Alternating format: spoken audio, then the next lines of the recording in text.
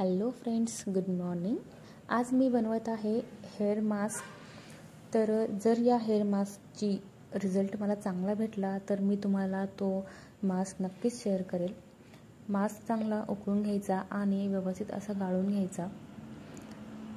सध्या गरम आहे म्हणून तो लिक्विड फॉर्ममध्ये आहे, पण तो थोडा थंड झाला की आपोआप त्याचं जेल फॉर्ममध्ये रूपांतर होईल. आणि जेव्हा तो थंड होईल त्याच वेळेस आपल्याला तो अप्लाय करायचा आहे. हे बघा, थंड झाल्यानंतर असा तो जेल फॉर्ममध्ये आला आहे. हाच जेल फॉर्म मास्क आपण पूर्ण हेअर्सला अप्लाय करून घ्यायचा.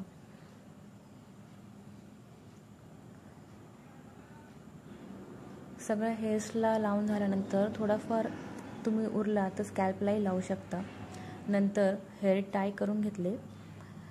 आज घरामध्ये थोडीशी इलेक्ट्रिशियनची कामं होते म्हणून कुंदननी इलेक्ट्रिशियनला बोलवलं होते.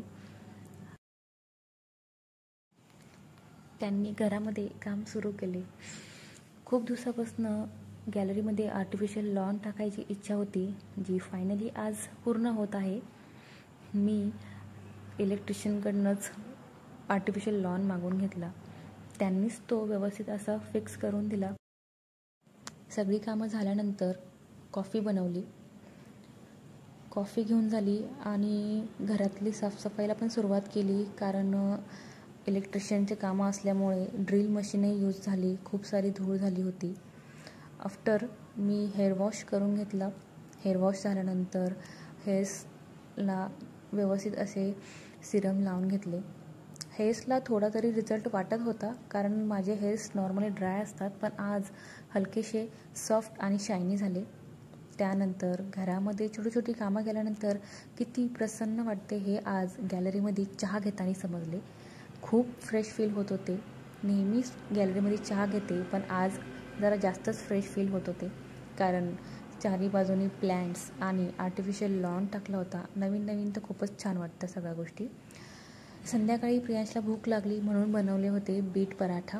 आम्ही पण आज लंच केलेला नव्हता, कारण घरात खूप सारी कामं चालू होती. मग आम्ही पण छोटीशी भूक म्हणून बीट पराठा आणि लोणचे खाऊन घेतलं. रात्री काय बनवायचं तर प्रियांश बोलला की मम्मा आज पाणीपुरी बनव ना, कारण 2 दिवसापासून तो आजारी होता. फिकं फिकं खाऊन त्याला खूप बोर झालं होतं. सो मम्मा आज प्लीज पाणीपुरी बनव, हे असं सकाळपासून चालू होतं. म्हणून मग संध्याकाळी पाणीपुरी बनवायचा बेत ठरला. पाणीपुरी बनवली. रात्री त्याला भेटायला आले होते परबताई आणि दादा, आणि म्हणतात ना, दाने दाने पे लिखा होता है खाने वाले का नाम. सो त्यांनी पण मी बनवली पाणीपुरी ट्राय केली आणि त्यांना पण आवडली. त्यातलं पुदिना पाणी स्पेशली त्यांना खूप आवडलं होतं. ते गेल्यानंतर आम्ही पण मस्त पाणीपुरीवर ताव मारला.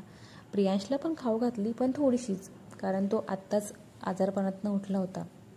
बाकी कसा वाटला माझा आजचा ब्लॉग प्लीज कमेंटमध्ये नक्की सांगा. आणि लाईक करा, शेअर करा, सबस्क्राईब करा. सो आजचा ब्लॉग मी इथेच संपवते. Thank you so much. Bye bye. Good night.